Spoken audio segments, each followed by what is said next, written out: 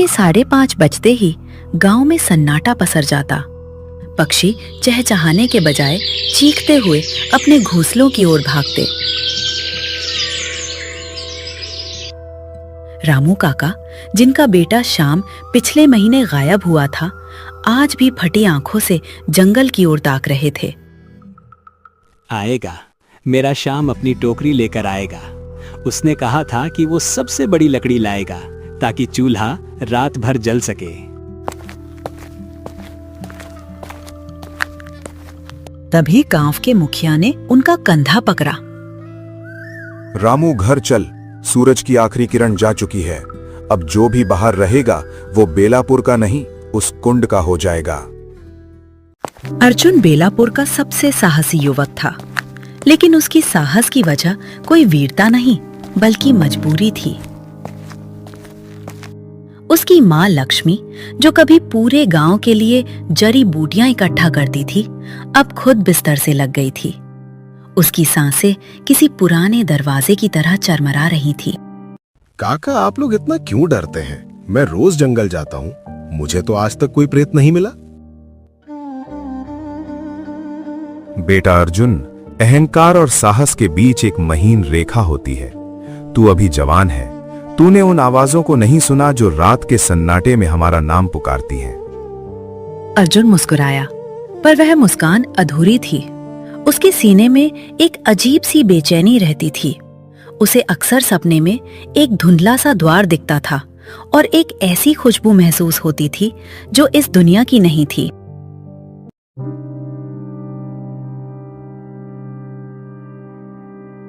अर्जुन, पास आ बेटा। अर्जुन अपनी माँ के पास जाकर बैठा।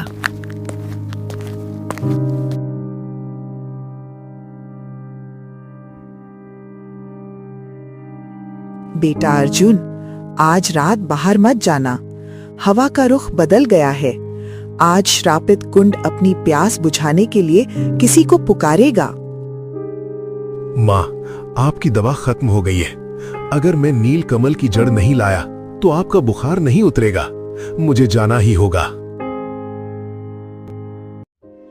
गांव के पुराने शिव मंदिर में, जो अब खंडहर बन चुका था, पंडित रामनाथ रहता था। वह दिखने में तपस्वी था, लेकिन उसकी हरकतों पर किसी को भरोसा नहीं था। वह अक्सर आधी रात को शमशान की तरफ जाता देखा गया था। दिए की मध्यम रोशनी में पंडित रामनाथ कुछ पुराने ताड़पत्रों को पढ़ रहा था। उसके चेहरे पर एक कुटिल मुस्कान थी। बस थोड़ा और, बस कुछ और बलि, और फिर वो द्वार पूरी तरह खुल जाएगा। माया को लगता है कि वो स्वतंत्र हो जाएगी और राक्षस को लगता है कि वो अमर हो जाएगा, पर वे नहीं जानते कि असली चाबी इस गठीले युवक अर्जुन के भीतर छिपी है। तभी गांव वाले मंदिर के चबूतरे पर जमा हुए। वे डरे हुए थे। पंडित जी, कुछ उपाय कीजिए, गायबियां बढ़ रही हैं। कल रात सुखदेव के घर के पीछे से किसी के हंसने की आवाज आई थी। ये सब अर्जुन की वजह से हो रहा है। वो अपवित्र है। वो उस जंगल की मर्यादा तोड़ता है। जब तक वो जंगल जाना बंद नहीं करेगा, श्रापित कुंड शांत नहीं होगा। वो राक्षस काल रात्रि का दूत बन चुका है। गांव वालों के मन में संदेह का बीज बो दिया गया था। अब अर्जुन के लिए जंगल से ज्यादा खतरनाक उसका अपना गांव बनने वाला था। रात के दूसरे पहर में, जब पूरा गांव बंद दरवाजों के पीछे दुबका हुआ था, अर्जुन अपनी माँ की बिगड़ती हालत देख ना रह सका। उसने अपनी कुल्हाड़ी उठाई और अंधेरे जंगल की ओर चल पड़ा। जंगल आज कुछ अलग था। पेड़ों की शाखाएं हिल नहीं रही थी, बल्कि वे अर्जुन को रास्ता दे रही थी। जैसे जैसे वह कुंड की ओर बढ़ रहा था, हवा में एक मीठी, मदहोश कर देने वाली सुगंध भरने लगी। ये सुगंध मोगरे और चंदन के मिश्रण जैसी थी, लेकिन इसमें एक रूहानी खिंचाव था। अचानक अर्जुन का पैर फिसला और वह सीधा कुंड के किनारे जा गिरा। उसका गला सूखकर कांटा हो गया था। सामने वह काला पानी था जिसके बारे में कहा जाता था कि इसे पीना मौत को दावत देना है। सिर्फ एक घूंट, अगर मैं बच गया तो माँ को बचा लूंगा, अगर मर गया तो कम से कम इस डर से मुक्ति मिलेगी। जैसे ही अर्जुन ने अपनी अंजलि में पानी लिया, पूरा तालाब किसी विशाल आईने की तरह चमक उठा। पानी का रंग काले से गहरा नीला और फिर सुनहरा हो गया। जैसे ही उसने पहला घूंट पिया, उसे महसूस हुआ कि उसके पूर्व जन्म की स्मृतियां एक फिल्म की तरह उसकी आंखों के सामने तैर रही हैं। तभी पानी के बीचों बीच से एक दिव्य आकृति उभरी। वह माया थी। उसके वस्त्र बादलों जैसे सफेद थे और उसकी आंखों में सदियों का इंतजार और अगाध प्रेम था। तुम आ गए मेरे रक्षक। क्या तुम्हें याद है कैसे तुमने उस युद्ध में मेरा हाथ छोड़ा था? अर्जुन मंत्रमुग्ध खड़ा था। उसे न डर लग रहा था न आश्चर्य। उसे ऐसा लग रहा था मानो वो अपने घर लौट आया हो। लेकिन उसे ये नहीं पता था कि ये प्रेम की शुरुआत थी या बेलापुर के विनाश। श्रापित कुंड के तट पर समय जैसे ठहर गया था। अर्जुन, जो अब तक केवल एक साधारण लकड़हारा था, माया की सुंदरता और उसके शब्दों के सम्मोहन में पूरी तरह बंध चुका था। कभी कभी सबसे बड़ा सत्य सबसे सुंदर झूठ के पीछे छिपा होता है। अर्जुन जिसे अपनी नियति समझ रहा था, वो शायद एक जाल था या शायद एक बलिदान की शुरुआत। अर्जुन, ये गांव जिसे तुम अपना घर समझते हो, ये वास्तव में एक कारागार है। कालरात्रि ने इस पूरे इलाके को अपने काले जादू से बांध रखा है। जो लोग गायब हो रहे हैं वे मरते नहीं हैं, बल्कि उनकी चेतना को वह राक्षस सोख लेता है ताकि वह फिर से जीवित हो सके। लेकिन पंडित जी तो कहती हैं कि तुम एक मायावी अप्सरा हो जो लोगों को लुभाती हो। मैं तुम पर विश्वास कैसे करूं? माया ने धीरे से अर्जुन की दाहिनी हथेली पकड़ी। जैसे ही उनकी खाल एक दूसरे से छुई, अर्जुन के शरीर में एक नीली बिजली सी दौड़ी। उसकी हथेली पर एक स्वर्ण चक्र उभर आया जो किसी प्राचीन यंत्र की तरह चमक रहा था। ये चक्र सुदर्शन अंश का एक हिस्सा है। ये तुम्हें सच्चाई देखने की शक्ति देगा। जब तुम वापस जाओगे तो इस चक्र की रोशनी में पंडित के असली चेहरे को देखना। लेकिन याद रखना अर्जुन, शक्तियां अपने साथ जिम्मेदारी और अकेलापन भी लाती हैं।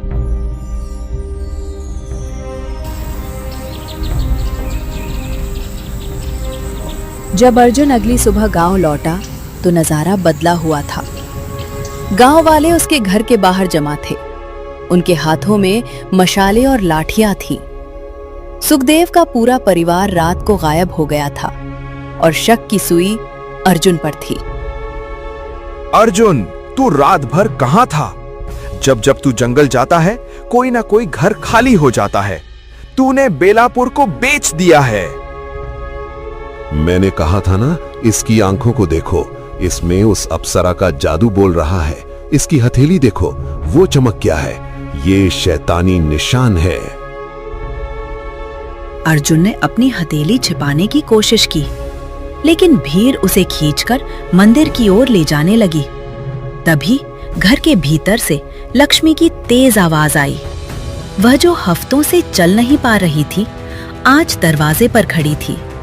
उसकी आंखें पूरी तरह सफेद हो चुकी थी, जैसे कोई शक्ति उसे संचालित कर रही हो।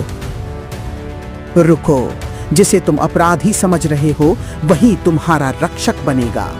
बेलापुर के पाप का घड़ा भर चुका है।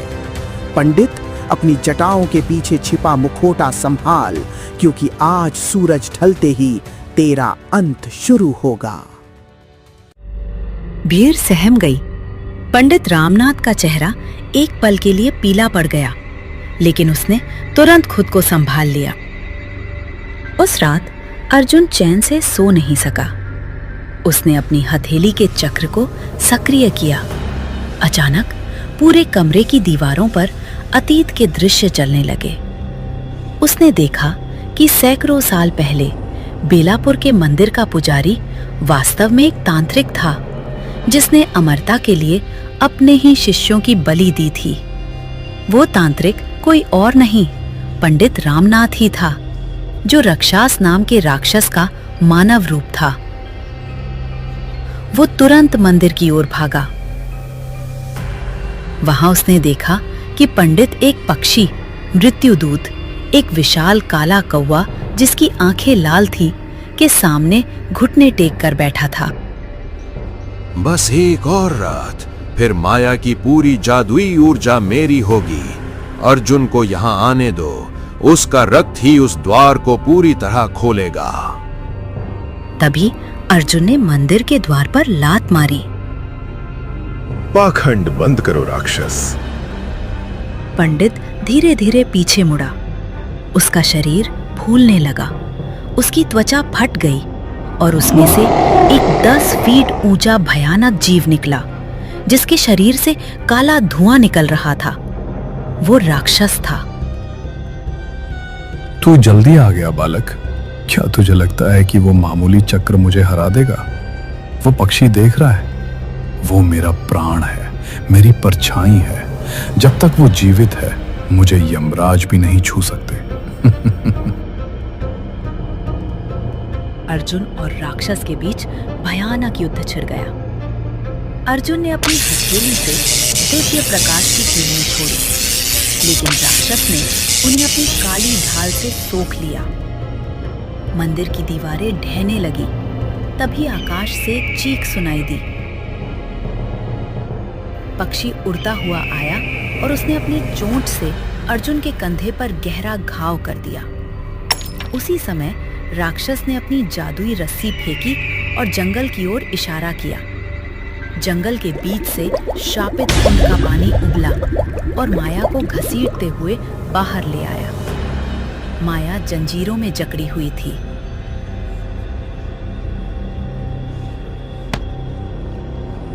अर्जुन, त्रिकाल पर्वत की ओर जाओ। वहां की 4 गुफाओं में ही इस राक्षस के विनाश का रहस्य छिपा है। मेरी चिंता मत करो, मुझे ये पाताल लोक की गुफाओं में ले जाएगा। राक्षस ने माया को पकड़ा और एक काले बवंडर के साथ ओझल हो गया। अर्जुन अकेला, घायल और पराजित होकर मंदिर के मलबे में पड़ा रहा। गांव वाले दूर से ये सब देख रहे थे, लेकिन किसी में आगे आने की हिम्मत नहीं थी। हार अक्सर अंत नहीं, बल्कि एक बड़ी तैयारी की शुरुआत होती है। अर्जुन को अब पता था कि उसका दुश्मन कौन है, लेकिन उसे ये नहीं पता था कि त्रिकाल पर्वत की यात्रा में उसे अपनों के ही धोखे का सामना करना पड़ेगा। अर्जुन ने अपनी चोट पर मिट्टी लगाई, माँ का आशीर्वाद लिया और अपनी कुल्हाड़ी उठाकर त्रिकाल पर्वत की ओर निकल पड़ा, जहां से कोई आज तक वापस नहीं आया था। त्रिकाल पर्वत कोई साधारण पहाड़ नहीं था। कहते थे कि यहाँ समय सीधा नहीं चलता। यहाँ अतीत, वर्तमान और भविष्य की धाराएं एक दूसरे से टकराती हैं। जैसे ही अर्जुन ने पर्वत की तलहटी में कदम रखा, उसे अपनी ही हथेली का चक्र अत्यधिक गर्म महसूस होने लगा। पर्वत के चारों ओर एक अजीब सा कोहरा छाया हुआ था। इस कोहरे में उन लोगों की आत्माएं भटक रही थी जिन्हें राक्षस ने गायब किया था। वे अर्जुन को पुकार रहे थे, हमें बचाओ अर्जुन, या फिर हमारे साथ यहीं दफन हो जाओ।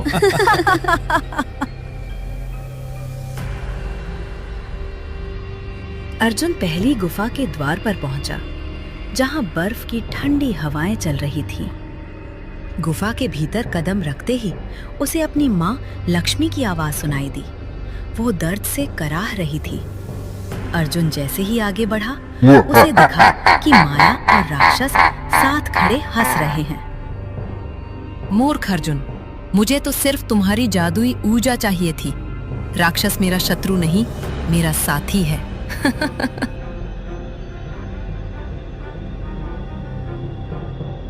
अर्जुन का दिल बैठ गया। उसकी कुल्हाड़ी हाथ से छूटने लगी। तभी उसने अपनी हथेली के चक्र को देखा। वो फीका पड़ रहा था। उसने आंखें बंद की और अपनी अंतरात्मा से पूछा। उसे एहसास हुआ कि ये केवल एक भ्रम है। जैसे ही उसने पहेली का उत्तर दिया, बर्फ की दीवारें टूट गईं और वो आगे बढ़ गया। अग्नि की गुफा। यहाँ चारों ओर लावा बह रहा था।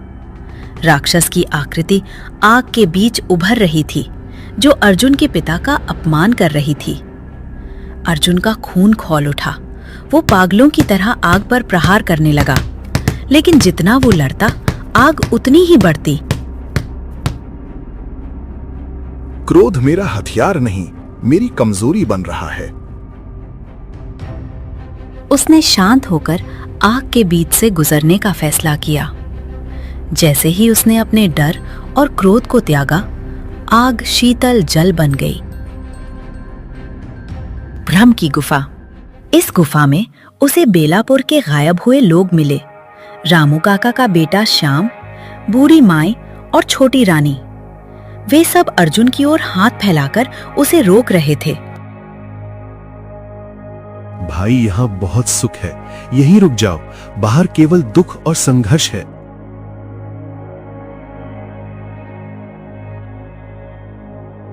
भाई, यहाँ बहुत सुख है, यहीं रुक जाओ। बाहर केवल दुख और संघर्ष है। अर्जुन का मन डोलने लगा। अपनों को सुरक्षित देखकर वो रुकना चाहता था, लेकिन तभी उसे याद आया कि इनकी आत्माएं कैद हैं। उसने भारी मन से उन्हें पीछे छोड़ा और आगे बढ़ गया। काल गुफा ये सबसे भयानक थी। यहाँ कोई रोशनी नहीं थी। यहाँ उसे मृत्युदूत पक्षी की चीखें सुनाई दे रही थी। अंतिम पहेली गूंजी। वो क्या है जो जितना ज्यादा पास होगा उतना ही कम दिखाई देगा? अर्जुन ने निडर होकर जवाब दिया। अंधेरा। पूरी गुफा रोशनी से भर गई और सामने पाताल लोक का द्वार खुल गया। द्वार खुलते ही अर्जुन ने देखा कि राक्षस पंडित रामनाथ का असली रूप एक विशाल यज्ञ कर रहा था। बीच में माया एक ऊर्जा के गोले में कैद थी और उसके ऊपर वही काला पक्षी मृत्युदूत मंडरा रहा था। अर्जुन ने छलांग लगाई। उसकी हथेली का चक्र अब एक ढाल और तलवार दोनों का काम कर रहा था। युद्ध शुरू हुआ। राक्षस ने अपनी जादुई शक्तियों से पत्थर के सैनिक खड़े कर दिए। अर्जुन अकेला उन पर भारी पड़ रहा था।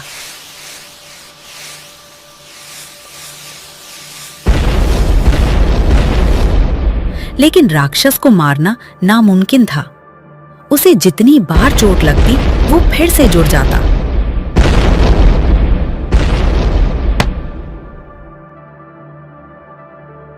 अर्जुन, राक्षस के शरीर पर वार करना बेकार है। उसके प्राण उस पक्षी के दाहिने पंख पर लिखे उस जादुई अक्षर में है। उस अक्षर को नष्ट करो।